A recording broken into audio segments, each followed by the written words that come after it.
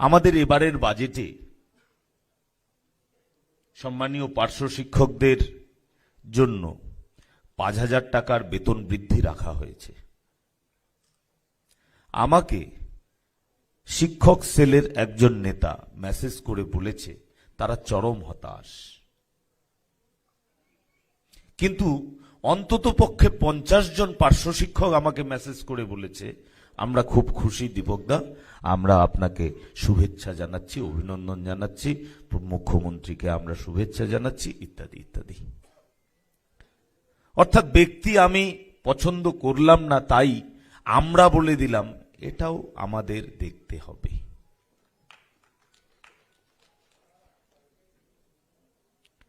আমরা এখন যে বিছানায় শুয়ে আছি, আমরা যদি মাথাটা ঢাকতে চাই তো কোমরের নিচ থেকে বাকি অংশটা ফাঁকা হয়ে যাচ্ছে, আর কাপড়টাকে যদি আমি পায়ের তলা পর্যন্ত নিয়ে আসতে যাই তাহলে আমার নাভিদেশ থেকে উপরের অংশটা ফাঁকা হয়ে যাচ্ছে।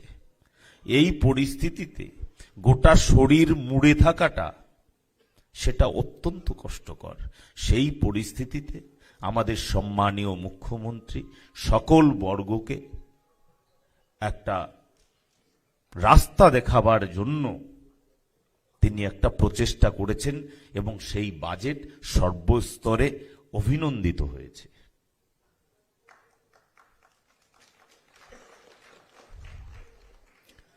আমি নিশ্চিত বিশ্বাস রাখি আমাদের সরকার অতি অল্প সময়ের মধ্যে পশ্চিমবঙ্গবাসীর যে প্রত্যাশা, সেই প্রত্যাশাকে তারা পূরণ করতে সক্ষম হবে।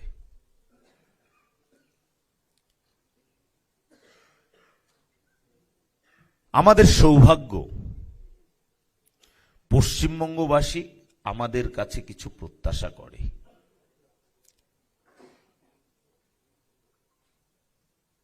তাদের প্রত্যাশা আমাদের কাছে চাপ নয়,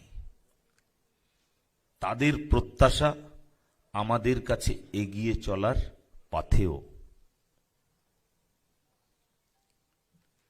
আমি আমার সকল সহকর্মী শিক্ষক বৃন্দকে অনুরোধ করব,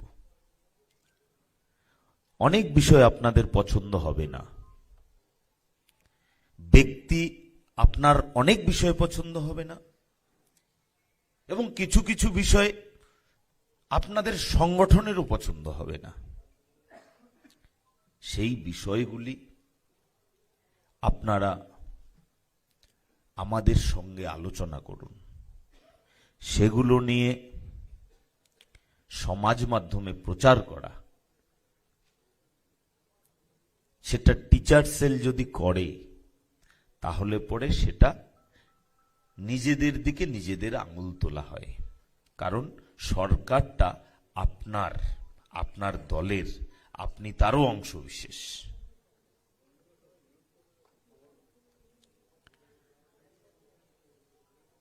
অন্যান্য যারা সংগঠন আছে তারা আমাদের দিকে আঙুল তুলবে, অবশ্যই তুলবে, আপনারাও সমালোচনা করবেন, কিন্তু আপনাদের সমালোচনা করবার জায়গাটা সামাজিক মাধ্যম, গণমাধ্যম এগুলো নয়। আমরা দেখেছি তৃণমূলের সময়ে যেটি কোনো মতেও সমর্থন করা যায় না, সেখানেও দেখতাম তৃণমূলের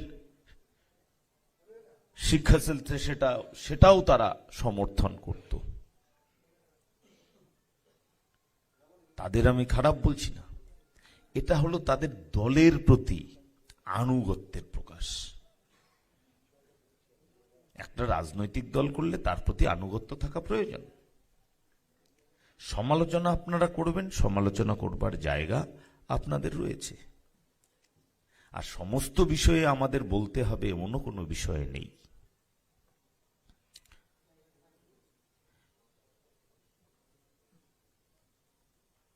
এরপর আসি শিক্ষা পরিকাঠামো। অল্প বিস্তর শিক্ষা পরিকাঠামো আমাদের পশ্চিমবঙ্গে রয়েছে। শিক্ষা পরিকাঠামো একেবারেই শূন্য এটা আমি বলবো না। বেশিরভাগ বিদ্যালয়ে ক্লাসরুম রয়েছে, বেশিরভাগ বিদ্যালয়ে চেয়ার টেবিল বেঞ্চ রয়েছে। শিক্ষা পরিকাঠামো বলতে মূলত এটা, এর সঙ্গে আপনার ফ্যান, লাইট ইত্যাদি যুক্ত হয়। কিন্তু এর আসল যে অংশ বিশেষ, ছাত্র এবং ছাত্রের কারণে শিক্ষক, এই দুটোর একটা অসামঞ্জস্যতা মারাত্মকভাবে রয়েছে। কোন স্কুলে শিক্ষক একেবারেই নেই, ছাত্র প্রচুর, বিশেষত গ্রামাঞ্চলের দিকে। শহরাঞ্চলের দিকে ছাত্র একেবারেই নেই, শিক্ষক প্রচুর। দুটোর মধ্যে আমরা সামঞ্জস্য বিধান করব অতি দ্রুত। আশা করছি 2-3 মাসের মধ্যে এই বিষয়গুলো আমাদের একটা সমাধানের পর্যায়ে যাবে।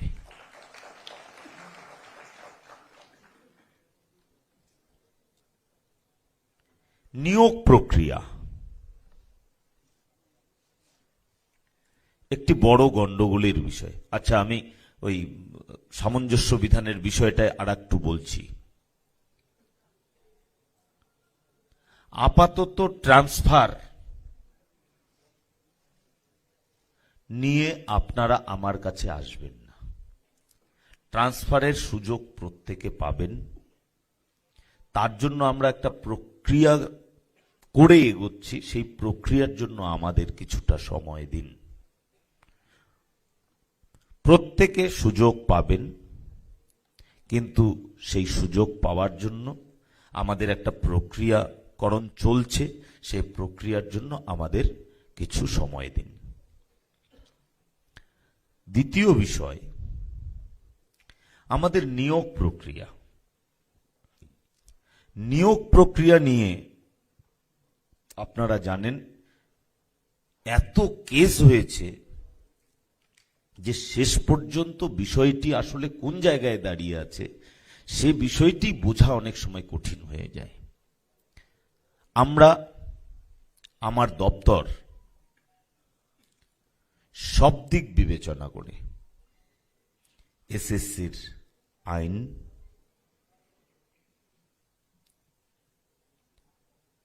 উচ্চ ন্যায়ালয়ের রায়, সরকারের মানবিক দৃষ্টিভঙ্গি, সমস্ত দিক দিয়ে বিচার বিবেচনা করে যথাযথ পদক্ষেপ অতি দ্রুত গ্রহণ করা হবে। অতি দ্রুত গ্রহণ করা হবে। আমি এই সম্মেলনের মাঝখান থেকেই সকলকে আমি জানাতে চাই যে 2016-র SLST, group C, group D, 2025-এর এসএলএসটি, এই সমস্ত বিষয়ে আমার এবং আমাদের খুব ভালোভাবে জানা আছে। আপনাদের অনুরোধ করছি পুনরায় এই বিষয় নিয়ে আমার সঙ্গে সাক্ষাৎ, আমার ফোনে বড় বড় মেসেজ, আমার মেইলে অজস্র মেইল আর করবেন না, এই অনুরোধটুকু রাখছি। বিষয়গুলো আমাদের পুরো জানা, কারণ এই বিষয়টি আমার সামনে এখন সবচেয়ে বড় একটি দরজা। এই দরজাটা ভেদ না করলে আমি এর পরের ঘরে আমি যেতে পারছি না। এটাকে আমার ভেদ করতেই হবে। তো সেই কারণে এই দরজা খোলার জন্য আমরা নিরন্তর প্রয়াস করে যাচ্ছি। অনেকেই হয়তো ভাবছেন বিদ্যালয় শিক্ষা দপ্তর নিশ্চুপ হয়ে বসে আছে। আমরা নিশ্চুপ হয়ে বসে নেই।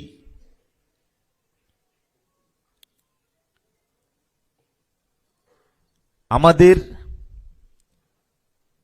দপ্তর সমস্ত দিক বিবেচনা করেই পদক্ষেপ করছে এবং সম্মানীয় মুখ্যমন্ত্রী শ্রী শুভেন্দু অধিকারী মহাশয় আমাদের দপ্তরের বিষয়ে সমস্ত কিছু খোঁজ খবর তিনি রাখছেন।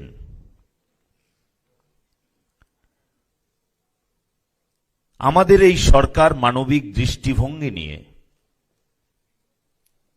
চাকুরির বয়স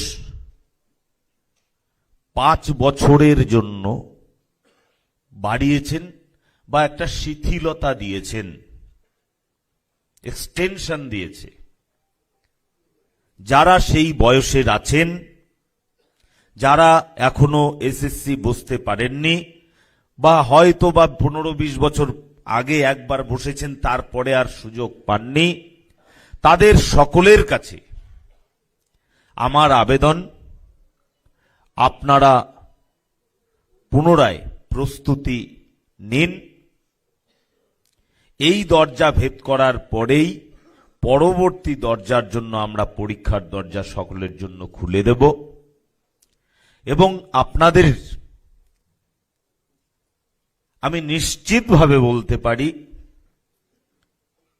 আমাদের এই সরকার জনগণের আশীর্বাদে প্রতিষ্ঠিত হয়েছে। এই সরকার চাকুরি বিক্রি করবে না।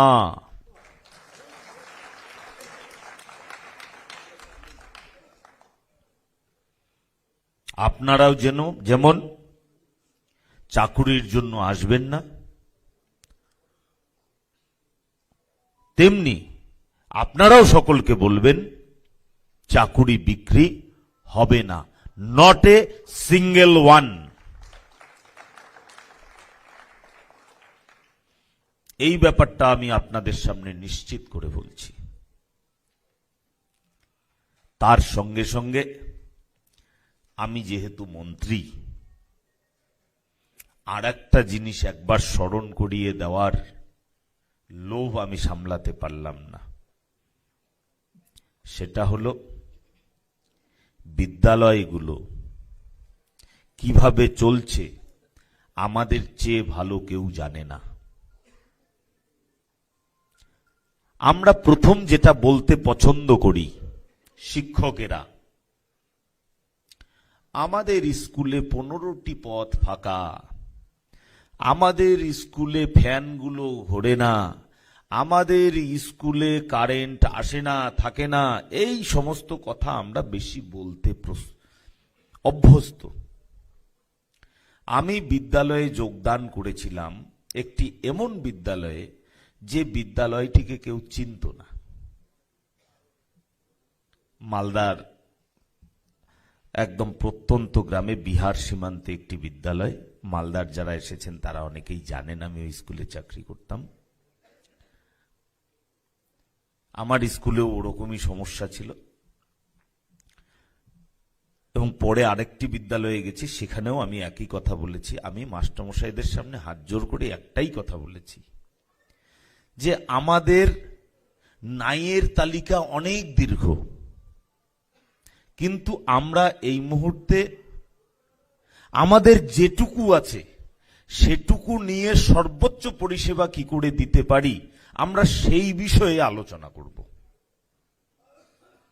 তো আমি সকলের কাছে অনুরোধ করছি সেদিকটাও যেন আমরা একটু দেখি। আমাকে অনেকেই অনেক রকমের কথা বলেছে, তার মধ্যে একটা কথা হলো বেসরকারি স্কুলে কিছুই নাই তাও ছাত্ররা যাচ্ছে, আমাদের এখানে এত কোয়ালিটি টিচার তাও আমরা ছাত্র পাচ্ছি না। তো আমি একজন শিক্ষকই বলেছে, আমি তাকে শুধু এটুকুই বলেছি আপনাদের এত কোয়ালিটি, আপনার ঘর ভালো, আপনার পাশের স্কুলের ঘর ভালো না, সেখানকার শিক্ষকের কোয়ালিটি ভালো না, তারপরেও আপনার এখানে ছাত্র কেন আসছে না সেটা আপনিই ভাবুন। সরকার ভেবে কি করবে? সরকার শিক্ষক শিক্ষিকাদের পাশে আছে, তাদের রুটি রুজি নিরাপত্তা সহ সমস্ত বিষয় দেখবে। কিন্তু সরকার একটি বিষয় আরো বেশি গুরুত্ব দিয়ে দেখে, সেটা হলো আমাদের শিশুদের ভবিষ্যৎ, শিশুদের নিরাপত্তা, তাদের শিক্ষার বিষয়ে বর্তমান সরকার কোনো কম্প্রোমাইজ করবে না। আপনাদের সকলের কাছে আমার অনুরোধ, সেটা আপনারাও দেখবেন। অল্প সময়ের মধ্যে আমরা বায়োমেট্রিক ফেস রিকগনিশন মেশিন প্রত্যেকটি বিদ্যালয়ে আমরা দেব।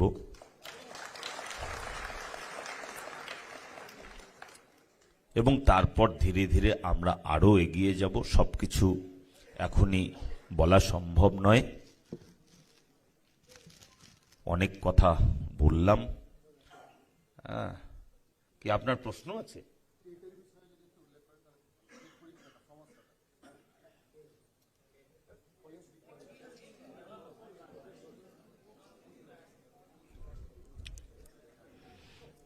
আমার মনে হয় কোথাও গিয়ে আমাদের একটা মানে সাংগঠনিকভাবে আলোচনার কোথাও আরো জায়গা আছে মনে হয়। ওসিরদার কাছে আমি অনুরোধ করব, আপাতত যে টেটের বিষয়টি চলছে সেটি আমি যতদূর জানি সেটি কেন্দ্রীয় সরকারের স্তরে আছে এবং এটি সুপ্রিম কোর্টের রায়ে আছে। সেই জায়গায় মাস্টারমশাইয়ের কাছে আমার করজোড়ে নিবেদন, আপনারা একবার এই বিষয়ে মাননীয় ধর্মেন্দ্র প্রধানের সঙ্গে কথা বলুন। এটি আমার মতো একটি রাজ্যের মন্ত্রীর পক্ষে কিছুই করা সম্ভব নয়, আমি বিনীতভাবে আপনাকে জানাচ্ছি। যাই হোক, সকলে কাছে আমার পুনরায় নিবেদন, আপনারা শুভেচ্ছা রাখবেন। আপনাদের ভালোবাসা আমাদের প্রতি যেভাবে ছিল সেভাবে থাকুক। সকলে সুস্থ থাকবেন। সকলকে অনেক অনেক ধন্যবাদ।